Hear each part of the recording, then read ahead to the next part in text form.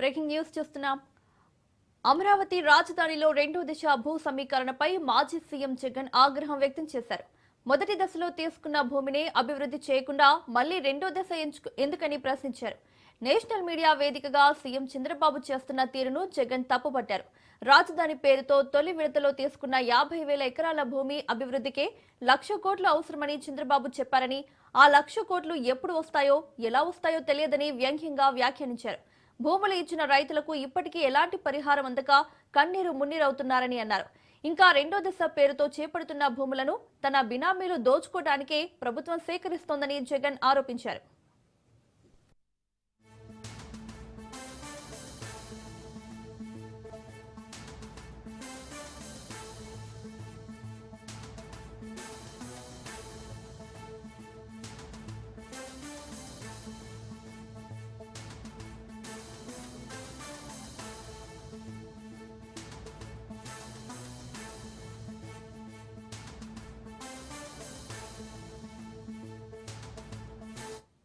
You said you wanted 50,000 acres and you need 2 crores per acre to lay these roads, give electricity, give in water, connect them with sewerage system. And to provide for this, according to your own DPR, you said it requires 2 crores per acre.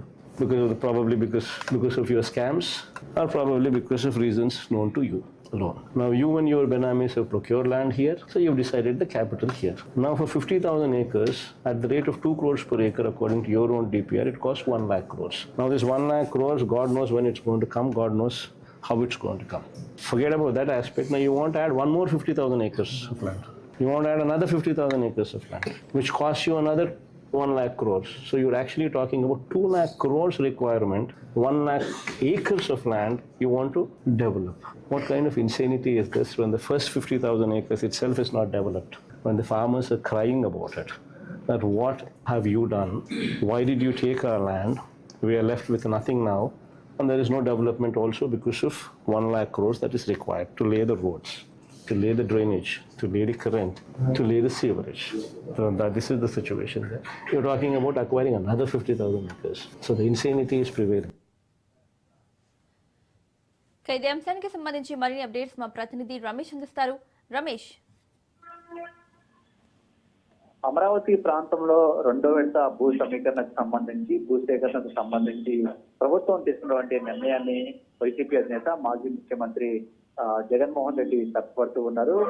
గతంలో కూటమి ప్రభుత్వం అంటే చంద్రబాబు అధికారంలో ఉన్నటువంటి సమయంలో దాదాపు 50,000 ఎకరాలు భూ సమీకరణ చేయడం జరిగింది.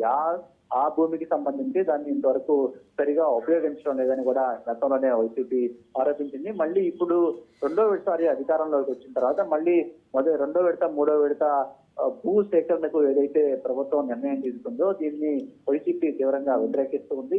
ఇంత పెద్ద ఎత్తున భూములు సమీకరించడం ద్వారా ప్రభుత్వం అవినీతికి పాల్పడుతున్నట్టు కూడా జగన్మోహన్ రెడ్డి ఆరోపిస్తూ ఉన్నారు. గతంలో రైతుల దగ్గర భూములు తీసుకున్నప్పటికీ వారికి తెలుగుదేశం పార్టీ హయాంలో ఎలాంటి న్యాయము జరగలేదు. దీనివల్ల రైతులు అనేక ఇబ్బందులు పడ్డారని కూడా గుర్తు చేస్తున్నటువంటి పరిస్థితి. ఇప్పుడు కూడా భూములు తీసుకొని రైతులను ఇబ్బంది పెట్టే ప్రయత్నం, తద్వారా ఈ సేకరించినటువంటి భూములు ఏవైతే ఉన్నాయో వీటి ద్వారా పెద్ద ఎత్తున అవినీతికి చంద్రబాబు పాల్పడుతున్నారంటూ కూడా జగన్మోహన్ రెడ్డి ఆరోపిస్తూ ఉన్నారు. గతంలో తీసుకున్నటువంటి భూములకు సంబంధించి వాటిని సక్రమంగా వినియోగించుకోవాలి.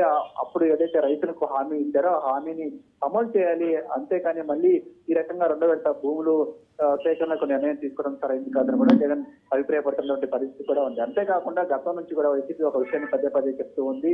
అమరావతి రాజధాని పేరుతో చంద్రబాబు నాయుడు పెద్ద ఎత్తున అవినీతికి పాల్పడుతూ ఉన్నారు. అందులో తనకు కావాల్సిన వారికి భూములు కేటాయిస్తున్నారు. అంతేకాకుండా అమరావతి నిర్మాణం పేరుతో ఏవైతే కాంట్రాక్టులు ఇస్తూ ఉన్నారు, ఈ కాంట్రాక్ట్ లో కూడా పెద్ద ఎత్తున కమిషన్లు తీసుకుంటూ ఉన్నారు. రాజధాని కేవలం తన స్వప్రయోజనాల కోసం, సొంత లాభాల కోసమే వాడుతున్నారు తప్ప రాజధాని నిర్మాణాన్ని పూర్తి చేయాలనే ఆలోచన చంద్రబాబుకు లేదని కూడా జగన్మోహన్ రెడ్డి చెప్తున్నటువంటి పరిస్థితి. అంతేకాకుండా గతంలో ఇప్పుడు ఏదైతే నిర్మాణం చేస్తూ ఉన్నారో రాజధాని ప్రాంతం, ఇక్కడ ఈ ప్రాంతంలో కొంత వరదలు వచ్చినటువంటి పరిస్థితి కూడా ఉంది. కానీ అలాంటి చోటు కాకుండా మంగళగిరి ప్రాంతంలో రాజధాని ఏర్పాటు చేసి దానికి కావాల్సినటువంటి 2,000-3,000 ఎకరాల భూమిని సమీకరించి అక్కడ నిర్మాణాలు చేస్తే రానున్నటువంటి రోజుల్లో కూడా రాజధాని ప్రాంతానికి ఎలాంటి వరద ముప్పు ఉండదు. దీని ద్వారా ఇటు గుంటూరుతో పాటు విజయవాడ ప్రాంతాలు కూడా అభివృద్ధి చెందుతాయనే అభిప్రాయం కూడా గతంలో జగన్ జగన్ వ్యక్తం చేశారు. మరోసారి ఇదే అంశాన్ని ఆయన అయితే చెప్తున్నటువంటి పరిస్థితి కూడా ఉంది. మొత్తంగా రాజధాని పేరుతో ఇటు ప్రభుత్వం చేసినటువంటి భూ సేకరణ కానీ భూ సమీకరణ కానీ పరిస్థితి అయితే తప్పుపడుతూ ఉంది. రమేష్, అలాగే మొదటి దశలో భూములు ఇచ్చిన రైతులకు ఎలాంటి పరిహారం ఇవ్వలేదని కూడా జగన్ అన్నారు. సో నిజంగానే వారికి పరిహారం అందలేదా? అంటే మొదటి విడతలో ఏదైతే తెలుగుదేశం పార్టీ 2014 నుంచి 19 సమయంలో అధికారంలో ఉందో అప్పట్లో దాదాపుగా 50,000 ఎకరాలకు సంబంధించిన భూ సేకరణ కూడా చేయడం జరిగింది. ఈ భూ సేకరణకు సంబంధించి రైతులు పెద్ద ఎత్తున భూములు కూడా ఇవ్వడం జరిగింది.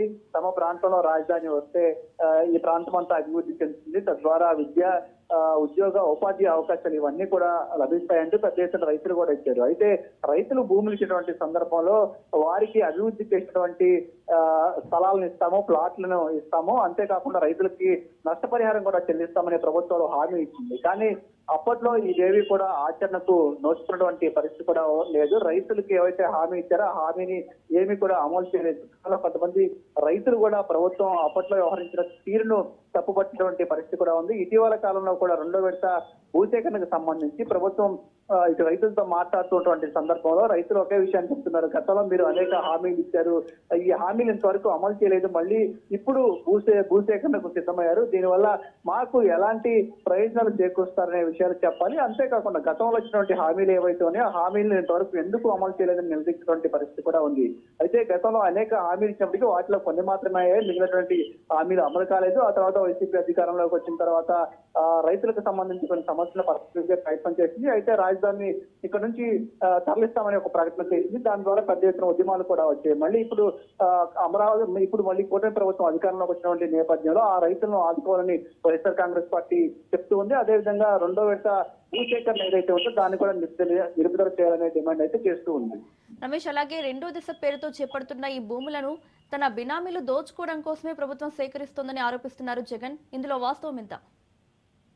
ప్రధానంగా మొదటి నుంచి వైఎస్ఆర్ కాంగ్రెస్ పార్టీ ఒకే విషయాన్ని చెప్తుంది. రాజధాని పేరుతో చంద్రబాబు భారీగా అవినీతి చేస్తూ ఉన్నారు. ప్రస్తుతం రాజధాని ప్రాంతంలో జరుగుతున్నటువంటి నిర్మాణాలకు సంబంధించి ఏవైతే టెండర్లు పిలుస్తున్నారో ఆ టెండర్లలో కూడా పెద్ద ఎత్తున కమిషన్ తీసుకుంటూ ఉన్నారు. అటు చంద్రబాబు కానీ లోకేష్ కానీ ఆయన బినామీలకు ప్రయోజనం చేకూర్చే విధంగా వ్యవహరిస్తూ ఉన్నారు. దీనికి సంబంధించి గతంలో కూడా వైఎస్ఆర్ కాంగ్రెస్ పార్టీ ఈ విధానాలకు వ్యతిరేకంగా పెద్ద ఎత్తున ఆందోళన చేసింది, పోరాటాలు చేసింది. మళ్ళీ కూటమి ప్రభుత్వం అధికారంలోకి వచ్చిన తర్వాత అదే విధంగా అవినీతిని కొనసాగిస్తుందని కూడా వైఎస్ఆర్ కాంగ్రెస్ పార్టీ చెప్తుంది. ఇప్పుడు రెండో విడత భూములు సేకరించడం ద్వారా ఆ ల్యాండ్ బ్యాంక్ ఏదైతే ఉందో ఆ ల్యాండ్ బ్యాంక్ ను చంద్రబాబు తన బినామీలకు తక్కువ ధరలకు ఇస్తూ ఉన్నారు. తద్వారా ఆయన పెద్ద ఎత్తున వారి దగ్గర నుంచి ముడుపులు తీసుకుంటూ ఉన్నారు. ఈ అమరావతి నిర్మాణం అనేది పెద్ద స్కాము, దీని వెనక లక్షల కోట్ల అవినీతి జరుగుతుందని వైఎస్ఆర్ కాంగ్రెస్ పార్టీ చేసినటువంటి ఆరోపణ. ఇప్పుడు ఈ భూ సేకరణను కూడా అదే విధంగా చంద్రబాబు ప్రభుత్వం చేస్తుంది. ఈ ప్రభుత్వం పెద్ద ఎత్తున భూములు సేకరించి తన బినామీలకు ఇచ్చి వాటి ద్వారా పెద్ద ఎత్తున స్కాములకు పాల్పడుతున్న ఆరోపణ అయితే ప్రస్తుతం వైఎస్ఆర్ కాంగ్రెస్ పార్టీ చేస్తుంది. గతంలో కూడా జగన్మోహన్ రెడ్డి ఇదే రకమైనటువంటి విమర్శలు చేసినటువంటి పరిస్థితి కూడా ఉంది. Right Ramesh, thank you.